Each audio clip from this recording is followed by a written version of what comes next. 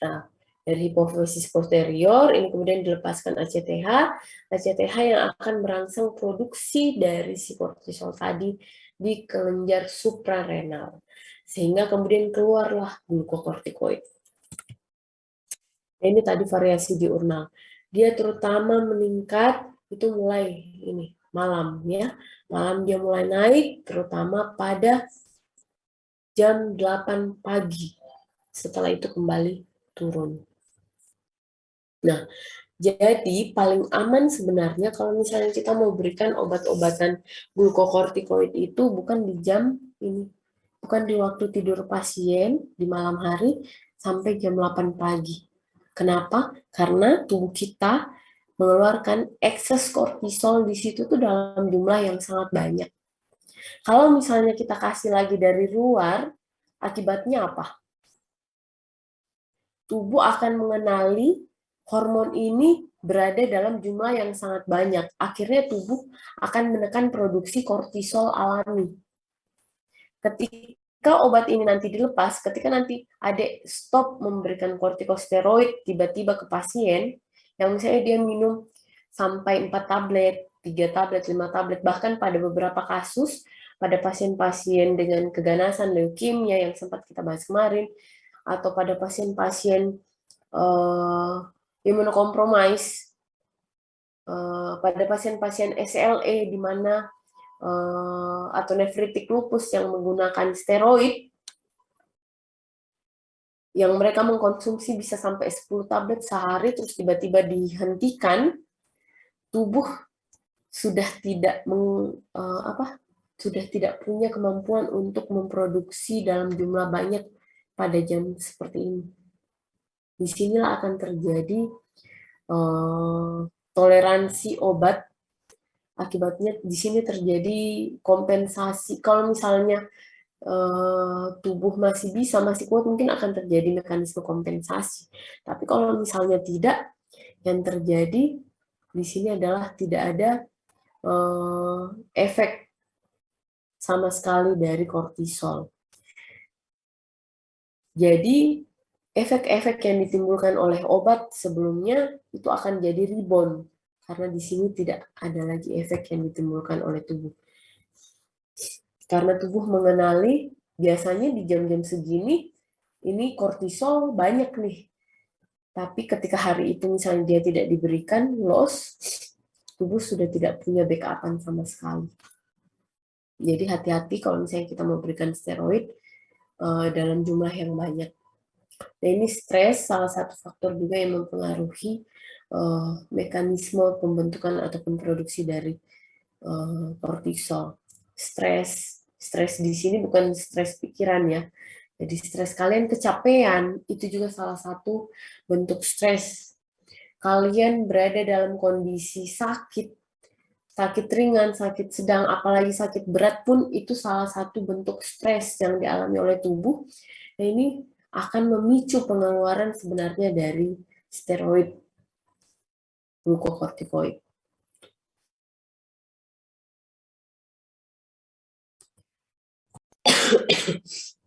Nah, kalau kita berikan obat-obatan glukokortikoid dari luar, ini adik-adik bisa lihat distribusinya dalam tubuh itu sebenarnya dia 90% berikatan dengan plasma protein.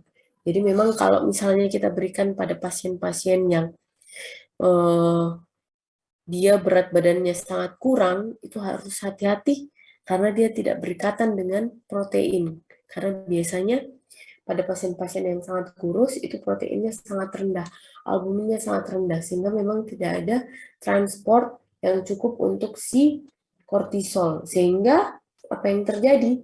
Kortisol tadi itu berada dalam posisi yang aktif. Yang bisa terjadi adalah efek toksik dari pemberian kortikosteroid.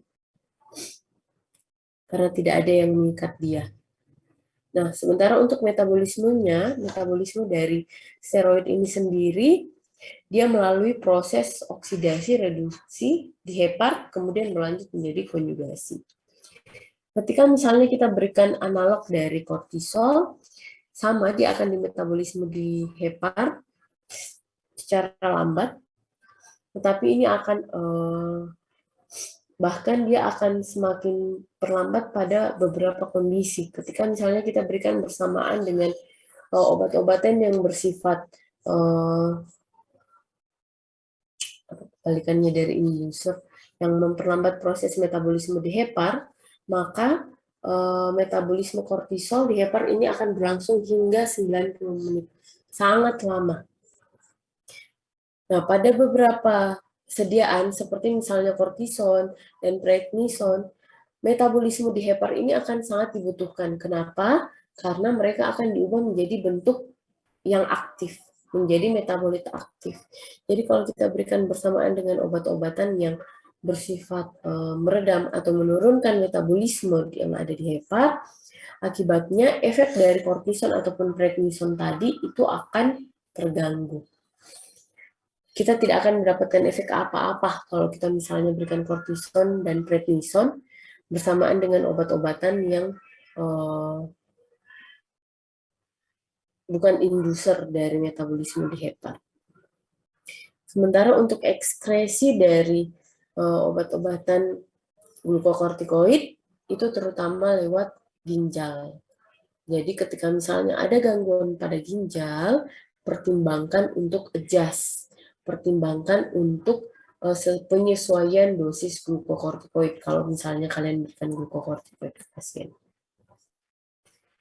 Untuk pemberian obat-obatan glukokortikoid ya secara oral ini sangat bagus, absorpsinya sangat bagus. Begitupun kalau kita berikan secara intravena, ini jelas karena memang dia langsung masuk ke intravaskuler. Sementara ada beberapa yang sediaannya ini itu dia diinjeksi lambat, diserap lebih lambat. Itu seperti pemberian obat-obatan intramuskuler ataupun subkutan atau langsung ke intralesi. Itu biasanya memang didesain dia lebih lambat, slowly absorb. Terutama memang pada intralesi ataupun pada daerah-daerah tumor yang memang kita harapkan kerjanya di situ lebih lama. Nah, ini makanya diberikan dalam bentuk sediaan intramuskular ataupun subkutan. Sementara kalau kita memang menginginkan kerjanya lebih cepat, itu kita berikan dalam bentuk sediaan intravena. Intravena kita berikan terutama kalau kita mengharapkan pemberian ataupun dosisnya itu besar. Seperti misalnya pada pasien-pasien shock, pada pasien-pasien yang mengalami trauma kepala, atau pada pasien-pasien yang mengalami reaksi anafilaksis, ini biasanya kita berikan juga steroid. Atau pada pasien-pasien yang mengalami reaksi alergi post transfusi, nah itu kita bisa berikan steroid dalam jumlah besar secara IV. Nah, untuk steroid ini sendiri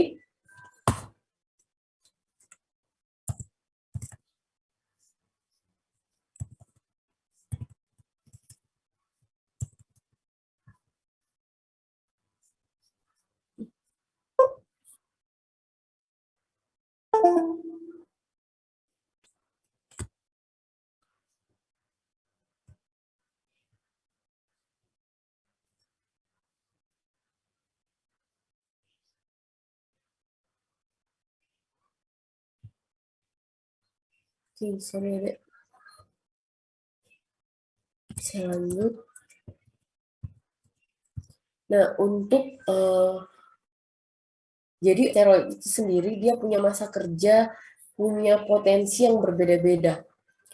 Yang jadi patokan itu biasanya adalah prednison ataupun prednisolon ataupun hidrokortison. Ini yang punya efek-efek yang antiinflamasinya itu lebih rendah. Ini kalau misalnya adik-adik lihat di sini hidrokortison dia antiinflamasi efeknya itu hanya 1. Kalau prednison ataupun prednisolon itu 4. Kalau misalnya adik-adik butuh yang punya kemampuan, yang punya durasi yang lebih lama, maka adik-adik bisa pilih yang sediaannya lebih lama lagi, kayak misalnya methylprednisolon atau triamcinolone. Ini adalah intermediate acting.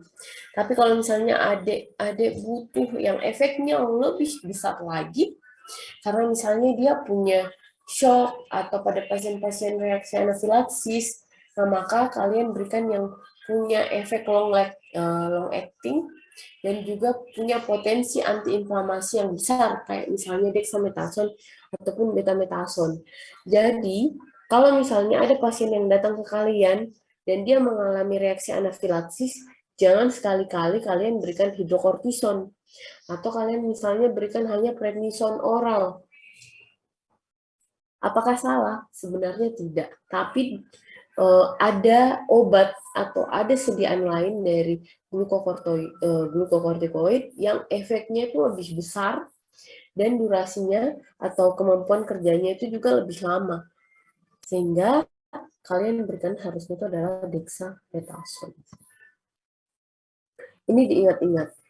Karena kalau kalian nanti kerja di IGD misalnya, ataupun di puskesmas, ketika kalian berhadapan dengan kasus-kasus gawat daruratan, maka sebaiknya yang kalian berikan adalah obat-obatan glukokortikoid yang punya potensi besar dan long acting kayak dexamethasone ataupun betamethasone.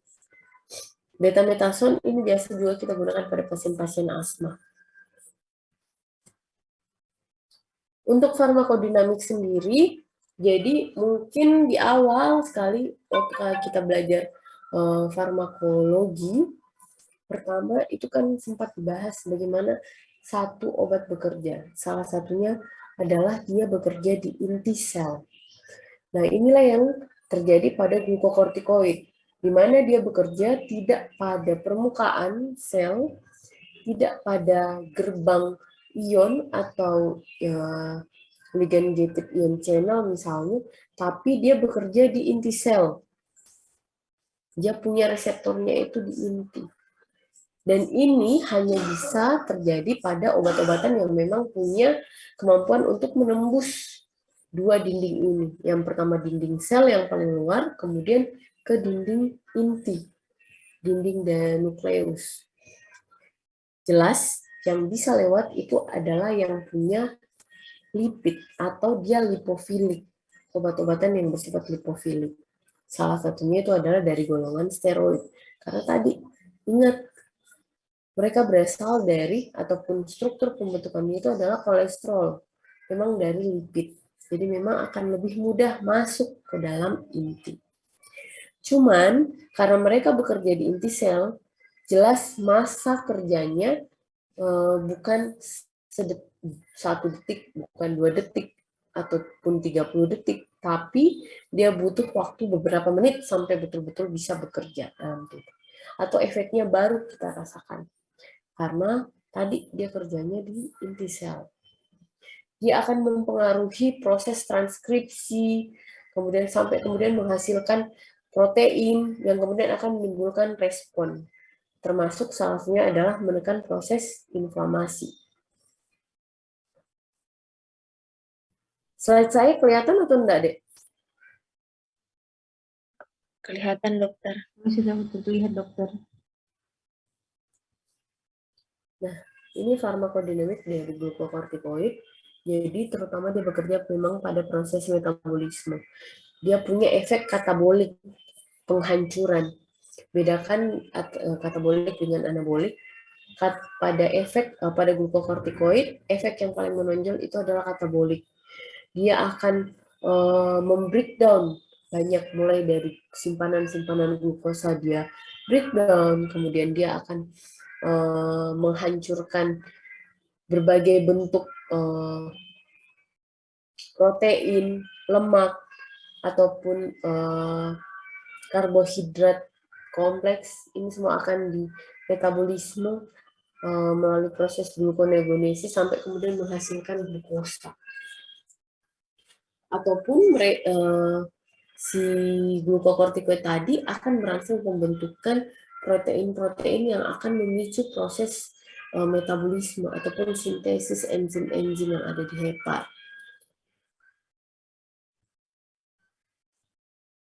Nah, ini kalau adik-adik ingat, Untuk proses penekanan dari inflamasi itu sendiri, glukokortikoid itu bekerja dengan menghambat proses yang ada di sini. Kalau kita berbicara obat-obatan NSAID atau non-steroid anti-inflammatory drugs, itu dia bekerjanya di sini. NSAID. Dia bekerja dengan menghambat psikooksigenase. Tapi kalau kita berbicara mengenai kortikosteroid, dia akan bekerja beberapa tingkat di atas NSAID. Dia akan bekerja dengan menghambat pembentukan dari asam araksidonat. Perubahan dari fosfolipid menjadi asam araksidonat. Dia akan menghambat di sini.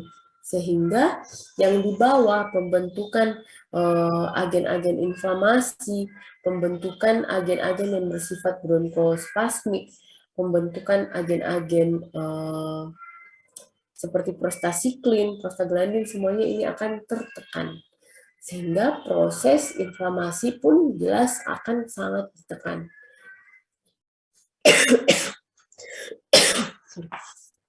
Makanya glukokortikoid ini memang sangat bagus diberikan ketika kita sudah hopeless memberikan obat-obatan seperti NSAID.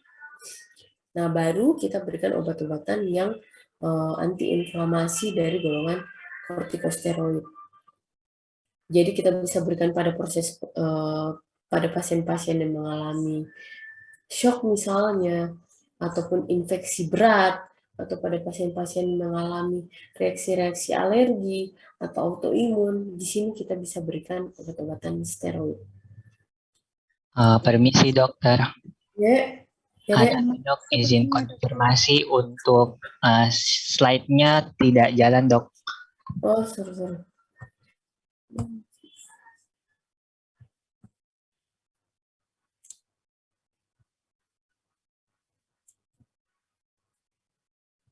Ini sudah berpindah, Dek? Tapi dok, sudah dok. Terima kasih dokter. Oke. Untuk efek sistemik dari glukokortikoid, saya kira adik-adik bisa baca sendiri ya. Karena di sini sebenarnya pada intinya si glukokortikoid ini dia akan menurunkan, dia akan menimbulkan proses katabolisme, dia akan mempengaruhi berbagai macam metabolisme yang ada dalam tubuh. Tidak hanya dari organ-organ perifer, tapi dia bisa sampai ke sistem saraf pusat. Yang terjadi pada sistem saraf pusat, itu dia akan menimbulkan berbagai macam gangguan-gangguan perilaku, mulai dari euforia, gangguan-gangguan behavior, karena dia akan mempengaruhi berbagai ambang dari seperti misalnya ambang kejang. Dia akan menurunkan sehingga pasien-pasien yang mendapatkan steroid ini ataupun mengatur ritme ataupun irama yang ada di otak, sehingga kemudian ketika kita misalnya memberikan glukokortikoid dalam jangka waktu yang lama, beresiko untuk ketika misalnya kita pada pasien-pasien yang memang sudah punya epilepsi, riwayat epilepsi, resiko untuk kembali lebih besar dibandingkan kalau misalnya dia tidak mengkonsumsi steroid dalam jangka waktu lama.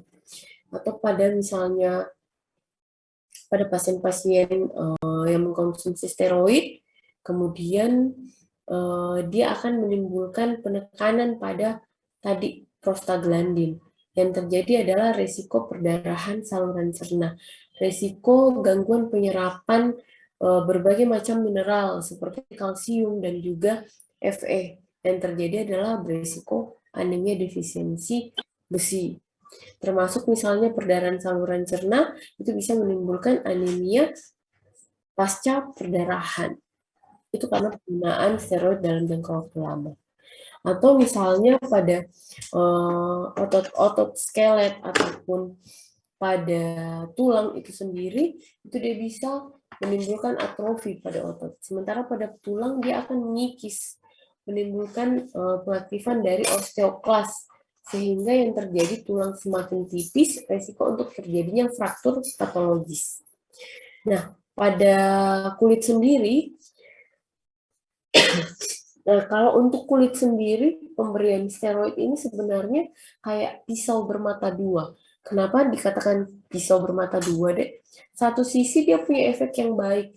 Jadi kalau misalnya adik-adik yang mungkin biasa membaca ataupun misalnya tertarik ataupun mungkin biasa melihat kandungan dari skincare tertentu, itu biasanya ada yang mengandung steroid, ada yang mengandung glukokortikoid meskipun dalam jumlah yang sedikit.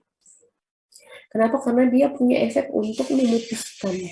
Karena dia punya efek untuk menghilangkan kayak misalnya yang punya pembuluh darah yang melebar di daerah muka, itu biasanya bisa dipudarkan, bisa tel angin kasusnya itu bisa hilang kalau misalnya kita berikan glukokortikoid, karena dia kayak memberikan efek vasokonstriksi di situ, atau dia kayak bisa menipis pada kulit bagian luar, jadi memang kayak abrasi, jadi memang punya efek putih. Tapi di satu sisi ketika misalnya kita sudah berikan ini dalam jangka waktu lama, kita pakai dalam jangka waktu lama, yang terjadi adalah atrofi, atau malah pada case-case tertentu itu kalau kayak Cushing syndrome yang terjadi itu jadi kayak stretch mark, yang awalnya dia bisa hilang dengan diberikan steroid malah jadi muncul stretch mark karena pemberian steroid dalam jangka waktu lama. Untuk sistem hematopoietik sendiri, nah tadi si glukokortikoid ini bekerja tidak hanya pada sel T, tapi dia bekerja pada sel B. Dia bekerja pada innate maupun adaptif imun, sehingga memang sangat bagus pada kasus-kasus pada pasien-pasien yang mengalami penyakit autoimun misalnya, atau pada pasien-pasien yang mengalami keganasan hematopoietik, ini tidak bisa berikan glukokortikoid. Nah, pada sistem kardiovaskuler, glukokortikoid meskipun dia tadi saya sempat sebutkan perbedaannya antara mineral dan glukokortikoid di awal, tapi obat-obatan glukokortikoid ini tetap memiliki efek terhadap sistem kardiovaskuler, terhadap keseimbangan elektrolit dalam tubuh, terhadap keseimbangan cairan. Sehingga misalnya ketika kita berikan dalam jangka waktu lama, pasien-pasien ini harus dilakukan evaluasi terhadap tekanan darahnya. Dan karena si glukokortikoid tadi diekskresi lewat ginjal, maka kita harus perhatikan fungsi ginjal dari pasien.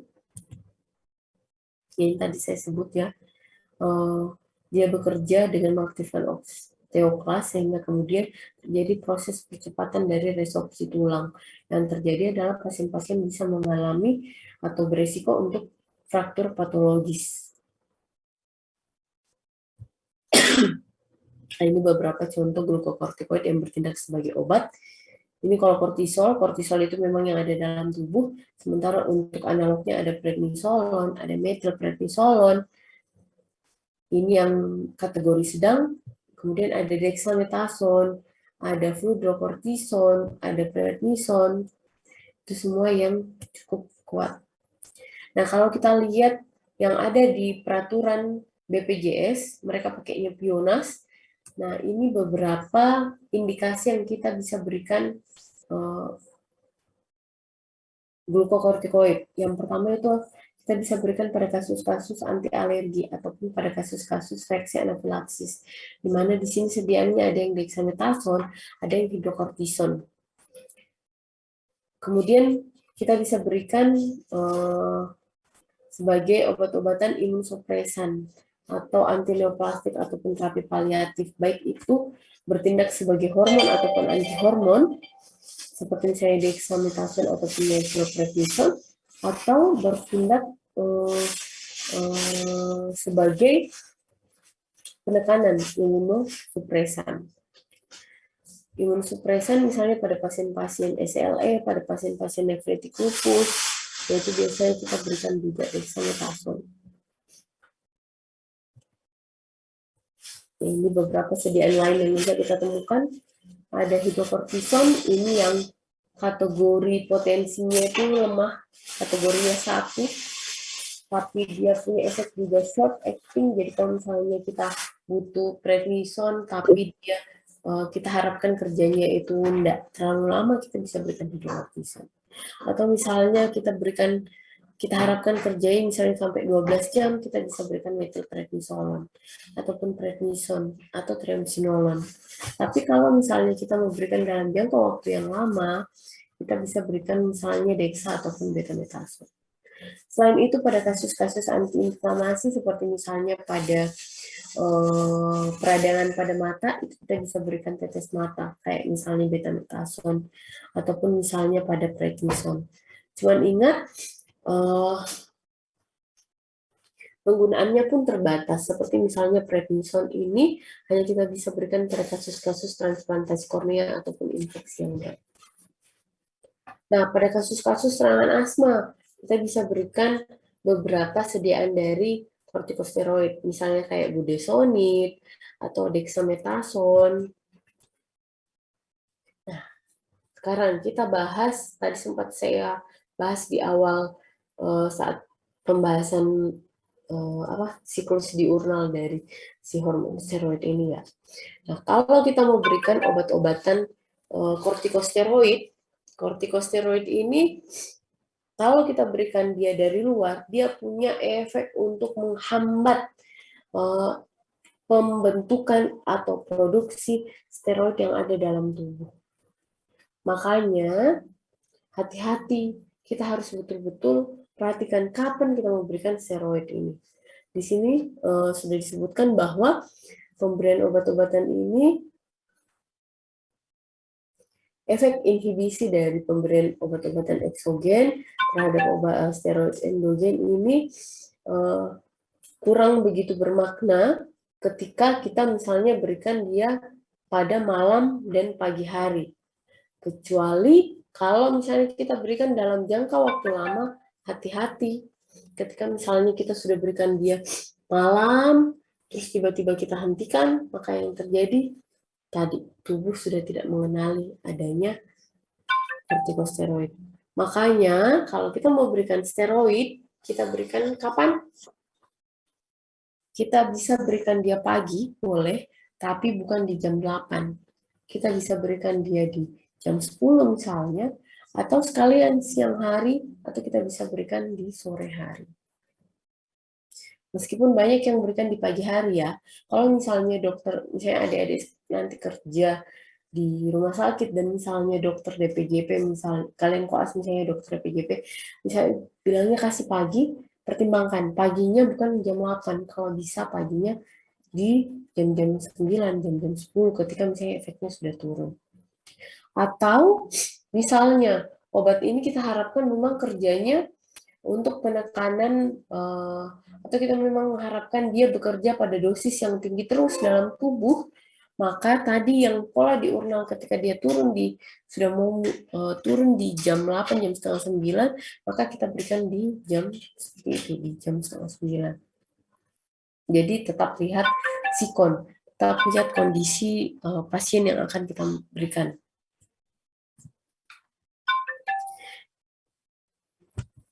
Nah, kemudian ada lagi yang disebut dengan alternate day therapy. Alternate day therapy ini adalah pemberian obat-obatan glukokortikoid yang tidak diberikan tiap hari, Dek. Tapi kita berikan itu selang, ada jedanya.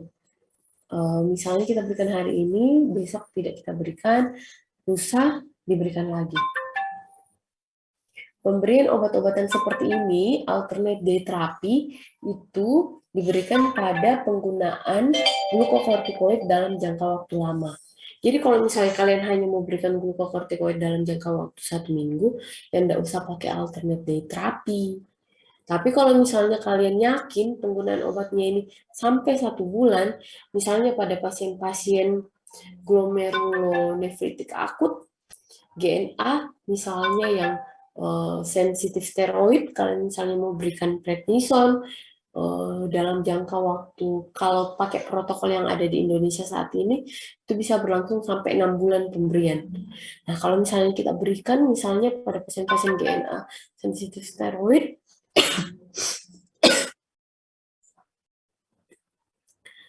itu kita baiknya berikan dia alternate day terapi. Jadi tidak diberikan setiap hari, tapi ada jedanya. Tapi memang untuk dosisnya ibaratnya kayak kali 2. Misalnya sehari kalian berikan dia 50 mg. Kalau kita berikan alternate day terapi itu bisa sampai 100, bisa sampai 200 mg dari pemberiannya. Jadi dilihat lagi berapa kebutuhan minimal dosis dari si pasien. Oke, ini ya, tadi kapan kita berikan, ketika misalnya kita yakin mau berikan glukokortikoid itu lebih dari 14 hari. Kemudian dia bisa diberikan, kita bisa berikan dia berdasarkan satu protokol. Jadi kalau misalnya kita mau berikan dia lebih dari 2 minggu, itu jelas protokol yang kita mau berikan. Biasanya juga protokolnya itu sudah menyediakan tapering protokol. Jadi misalnya 1 bulan pertama kita berikan dia dalam dosis misalnya 5 mg per kilogram berat badan, masuk ke dosis kedua, bulan kedua kita tapering jadi 2,5, atau misalnya turun jadi 4 dulu. Kemudian bulan berikutnya kita tapering lagi setengahnya jadi 2 mg. Atau misalnya kalau 2,5 berarti 1,25 sampai betul-betul tidak ada. Itu biasanya kita berikan alternate day terapi. Jadi untuk penggunaan alternate day terapi pun itu tidak serta-merta kita berikan ya, tetap kita pertimbangkan ini obat bakal diminum pasien berapa lama. Obat-obatan yang sering digunakan atau yang mendapatkan alternate day terapi itu adalah prednison, prednisolon, metilprednisolon. Kenapa? Karena obat-obatan ini yang kerjanya sedang. Ingat tadi masa kerja obat-obat dari steroid. Kenapa obat-obatan kayak betametason dan dexamethasone tidak kita gunakan untuk alternate day terapi? Karena masa kerjanya mereka itu sudah lama. Sudah sampai 48 jam. Jadi tidak perlu kalian berikan alternate day terapi. Alternate day terapi ini kita berikan, harapannya adalah efek samping dari penggunaan glukokortikoid ini akan lebih sedikit dibandingkan kalau kita berikan dia setiap hari. Tetapi kita tetap mendapatkan efek yang sama atau bahkan lebih besar. Nah, untuk interaksi obat ini tadi ya saya sebutkan bahwa si kortikosteroid ini sebaiknya tidak diberikan bersamaan dengan obat-obat yang mempercepat metabolisme hepa. Kecuali pada obat-obatan tadi yang memang dia butuh untuk diubah menjadi metabolit aktif. Itu bolehlah kita berikan dengan obat-obatan yang mempercepat metabolisme kortikosteroid, tetapi tetap dengan dosis yang sesuai. Kenapa? Kalau misalnya dosisnya yang kalian berikan terlalu tinggi, pemberian obat-obatan glukokortikoid bersamaan dengan obat-obatan fenobarbital dan phenytoin, ini keduanya adalah obat anti kejang ataupun obat-obatan epileptikus. Kalau misalnya kalian berikan bersamaan dengan kortikosteroid, itu resikonya ada dengan dosis besar si kortikosteroidnya, itu resiko toksisitasnya juga akan sangat besar. Karena dia akan dirubah menjadi metabolit aktif dalam proses yang sangat cepat. Atau diberikan bersamaan dengan obat antituberkulosis, rifampicin. Hati-hati. Nah, efek samping yang harus kalian perhatikan ketika memberikan glukokortikoid ini, itu yang pertama adalah adanya addition crisis. Ini karena terjadinya proses penekanan dari steroid endogen dalam jangka waktu lama, di mana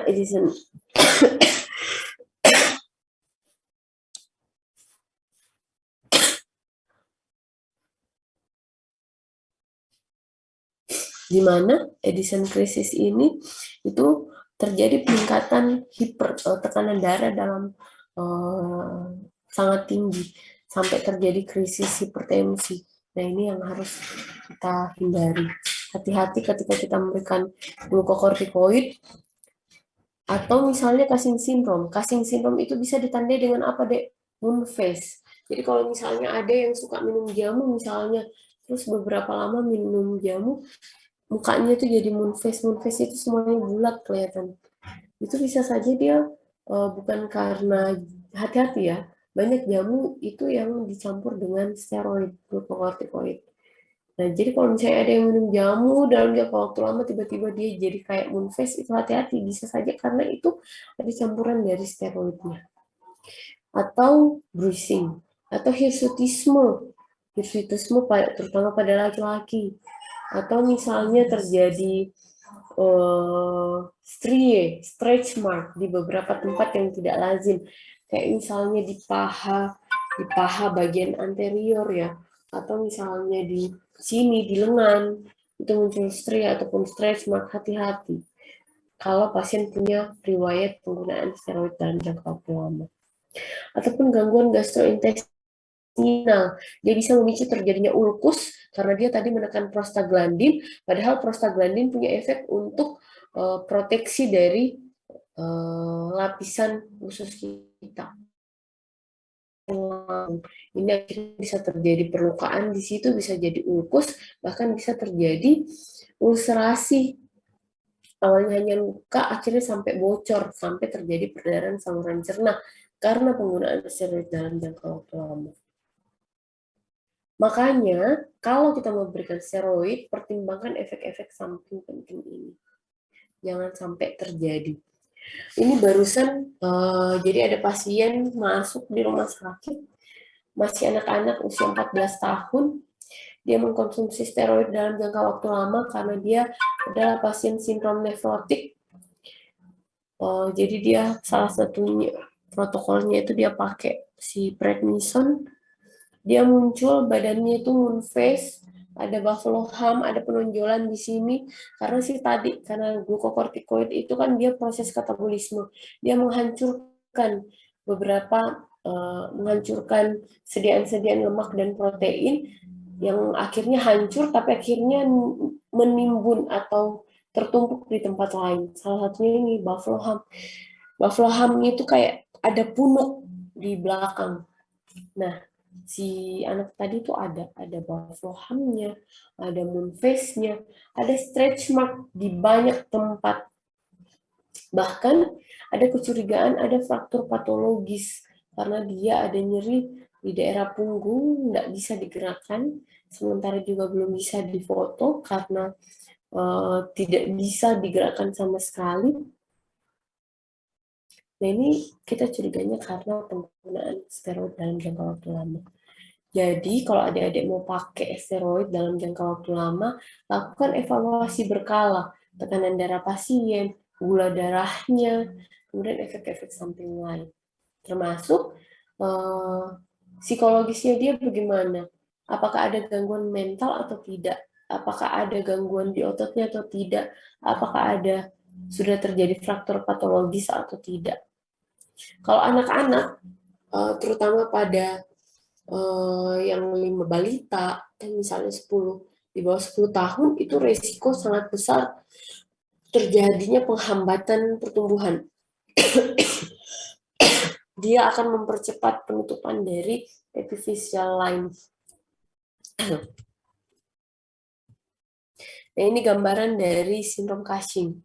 Ada buffalo hump-nya, ada moon face, kemudian ada strie, kemudian bisa jadi bruising, bisa terjadi stretch mark di daerah sini. Kemudian penyebaran dari lemak itu tidak merata. Di sininya kecil, tapi bagian jadi daerah ekstremitasnya kurus, tapi di trunkusnya itu besar. Hati-hati. Nah, kontraindikasi pemberian dari kortikosteroid ini sendiri itu ada beberapa, termasuk jangan diberikan pada pasien-pasien yang sudah punya riwayat ulkus peptikum. Ataupun kalau sangat mendesak, maka pertimbangkan untuk pemberian obat-obatan seperti misoprostol atau obat-obatan yang mencegah, kayak misalnya pemberian antihistamin dua kayak ranitidin misalnya, atau misalnya kalian mau berikan proton pump inhibitor juga bisa. Atau pada pasien-pasien DM. Kenapa? Karena kalau misalnya kalian berikan steroid pada pasien-pasien DM, gulanya akan semakin meningkat. Jadi harus hati-hati. Obat itu bisa menjadi racun pada pasien kalau kita tidak berikan dengan dosis yang sesuai, indikasi yang sesuai. Jadi balik lagi, kondisi pasiennya bagaimana. Bisa terjadi retensi dari garam, retensi dari sodium, sehingga kemudian bisa terjadi hipertensi atau urin di beberapa tempat. Bisa terjadi osteoporosis, bisa terjadi gangguan pertumbuhan. Jadi kalau misalnya orang-orang yang sudah mengalami gangguan pertumbuhan pada anak-anak yang memang sudah, apalagi kayak stunting begitu, dan dia tidak butuh-butuh sekali glukokortikoid, sebaiknya kalian tidak berikan. Kenapa saya bilang dia tidak butuh-butuh sekali? Karena ada banyak, nanti kalau kalian sudah jadi dokter, ada banyak kondisi di mana sebenarnya pasien masih bisa tercover kondisinya dengan obat-obatan yang lain, tapi karena glukokortikoid ini dianggap sebagai obat dewa, makanya dia diberikan glukokortikoid. Apa contohnya? Pasien yang radang tenggorokan, datang mengeluh misalnya dia ada nyeri,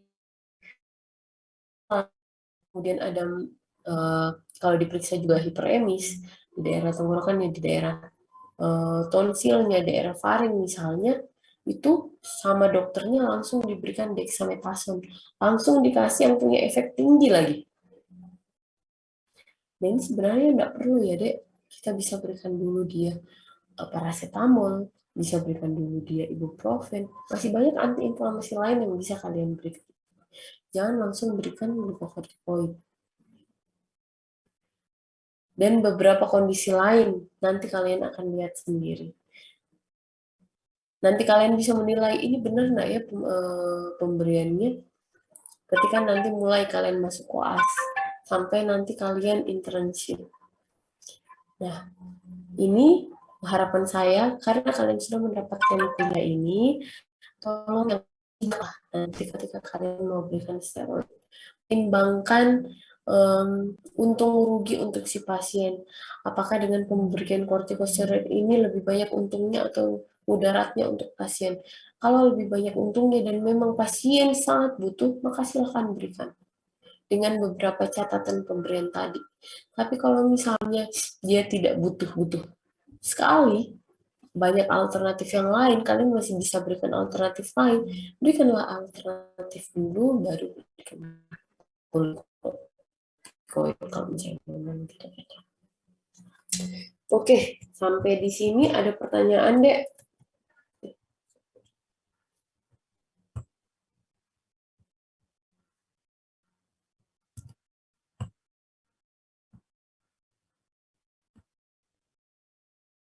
Sampai di sini ada pertanyaan.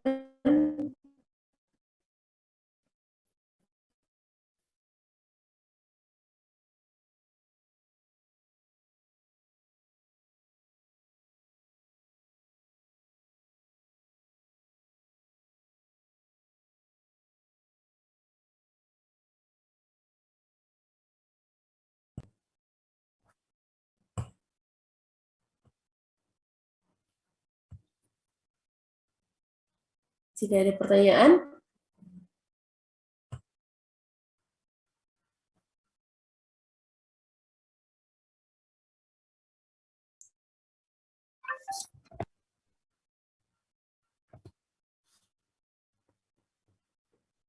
Masih sanggup? Kalau masih, saya lanjut ke materi berikutnya.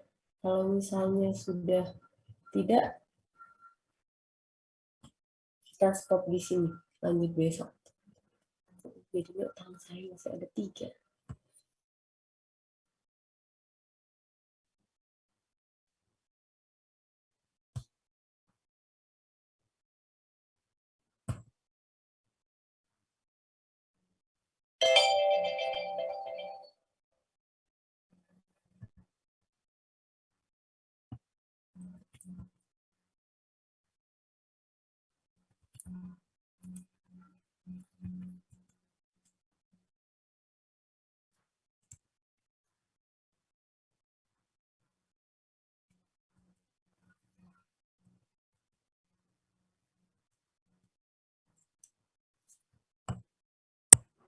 Saya lanjut saja ya.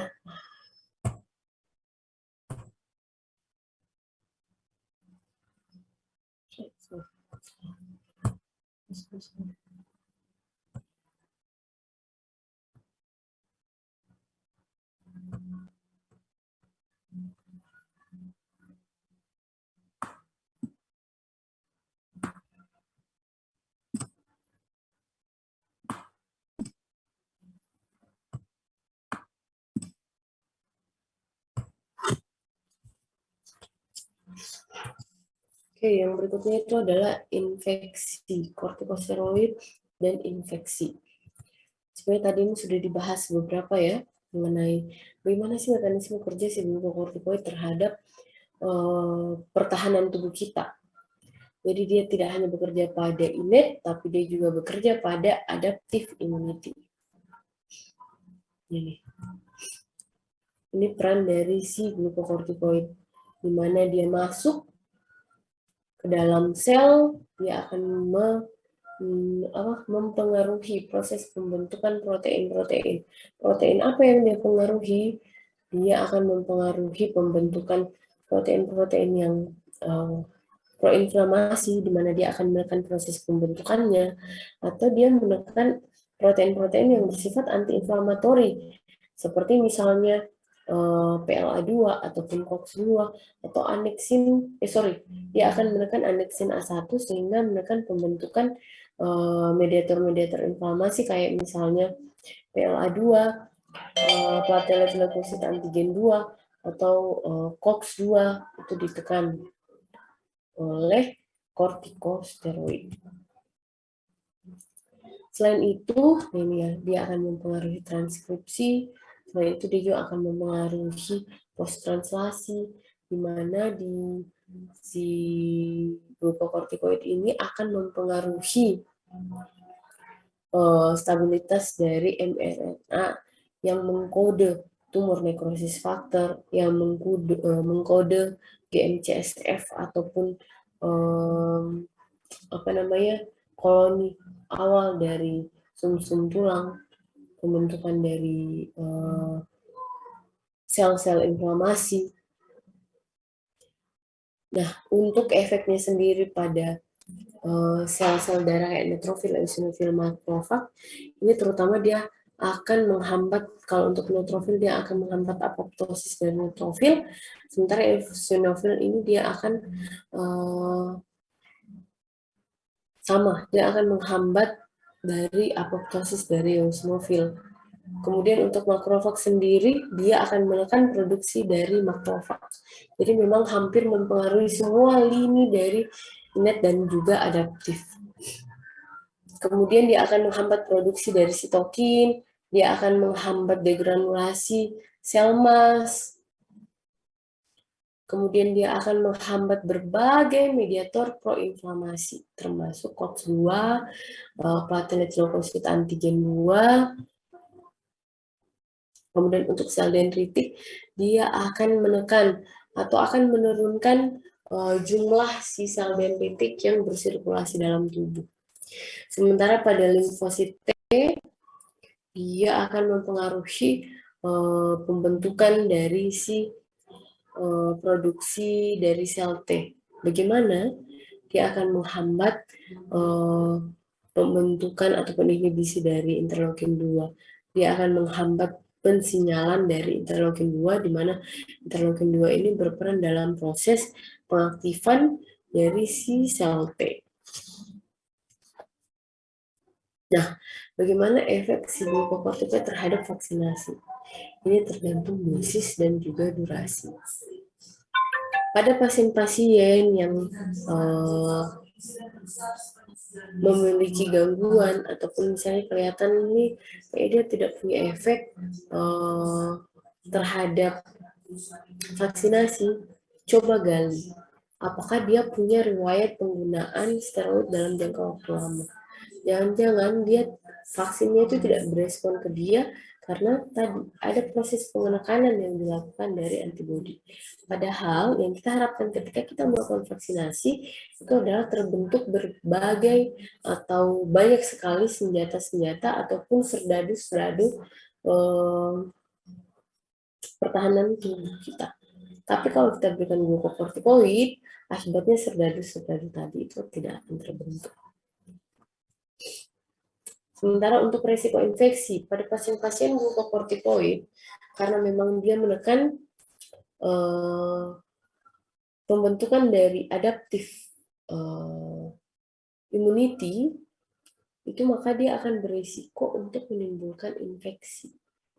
Ketika misalnya kita berikan glukokortikoid dalam jangka waktu lama, topikal misalnya, atau inhalan, maka dia akan berisiko untuk meninggalkan infeksi di situ. Pada pasien-pasien yang penggunaan kortikosteroid dalam jangka waktu lama, paling sering kita temukan kandidiasis. Jadi kandidiasis bukan hanya milik dari pasien-pasien HIV ya, atau pasien-pasien HIV. Tapi kalian gali, apakah ada riwayat penggunaan steroid dalam jangka waktu yang lama. Nah, kemudian tipe-tipe infeksi yang bisa withdrawal, jadi akan semakin berat ketika misalnya kita berikan dia dengan glukokortikoid, itu contohnya adalah herpes zoster. Kecuali kalian memberikan herpes zoster ini pada pasien-pasien yang sudah tidak ada lesi sama sekali, tetapi dia punya neuropathic pain akibat herpes zoster. Ini biasanya terjadi pada usia di atas 50 tahun. Jadi sudah tidak ada herpes zosternya ya, Dek. Sudah, kalau di Palu biasa orang sebutnya muntah ular. Saya nggak tahu di tempat lain namanya apa ya. Jadi kayak herpes, tapi dia bentuknya tidak sama, ada yang besar, ada yang kecil, ada yang besar sekali malah bahkan. Dan di satu sisi, ini yang kita sebut dengan herpes zoster, ketika dia hilang, pada orang-orang tua ini masih akan menimbulkan rasa nyeri. Bahkan dulu ada pasien di puskesmas yang saya dapat, dia sampai tidak bisa pakai baju, Dek. Kenapa?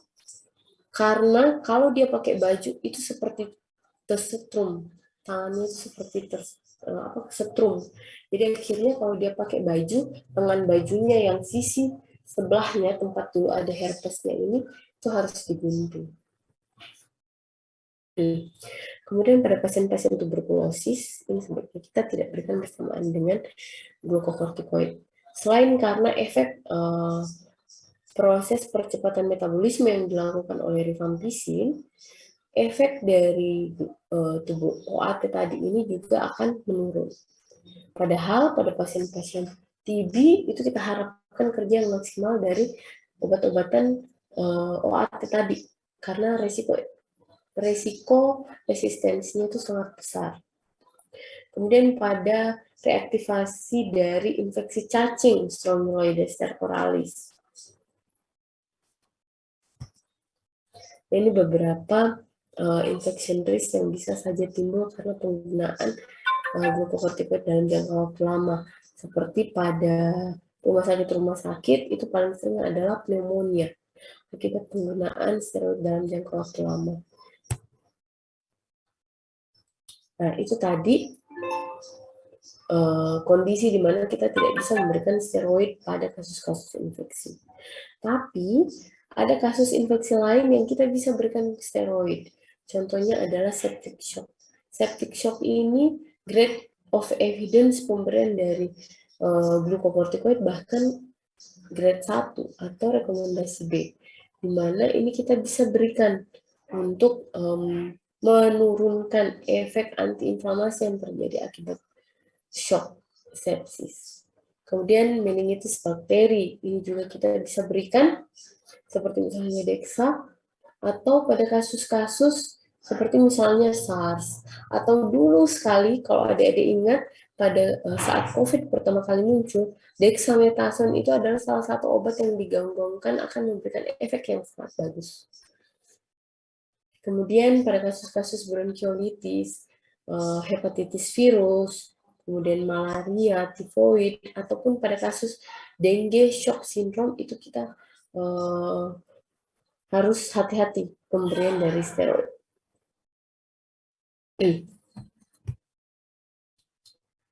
Kemudian ini tadi sudah ya, ada tinggal baca.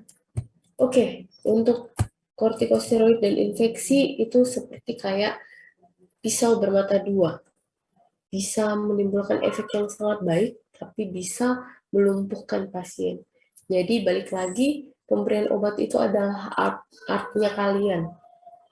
Kalian harus punya dasar yang jelas.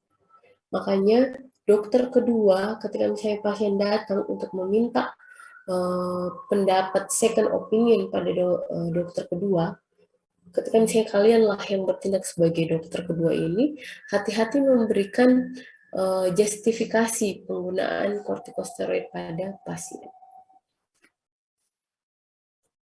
Oke, sampai sini tidak ada pertanyaan?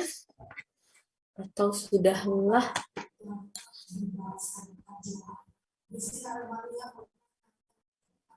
Oke, kalau misalnya adik-adik nanti belum terpikir pertanyaannya sekarang, tapi nanti besok boleh. Insya Allah kita ketemu lagi besok malam ya. Kalau misalnya saya pulang sore, nanti saya kabari. Tapi kalau misalnya untuk jam malam, pastinya nanti besok saya kabari juga lewat mir. Nah, karena tidak ada yang bertanya, saya cukupkan kuliah kita malam ini. Semoga apa yang saya sampaikan itu ada yang masuk di kepala kalian. Ada yang kalian ingat nanti ketika kalian menjadi dokter. Terima kasih atas perhatiannya. Selamat belajar. Assalamualaikum warahmatullahi wabarakatuh. Waalaikumsalam warahmatullahi wabarakatuh, Dok. Terima kasih.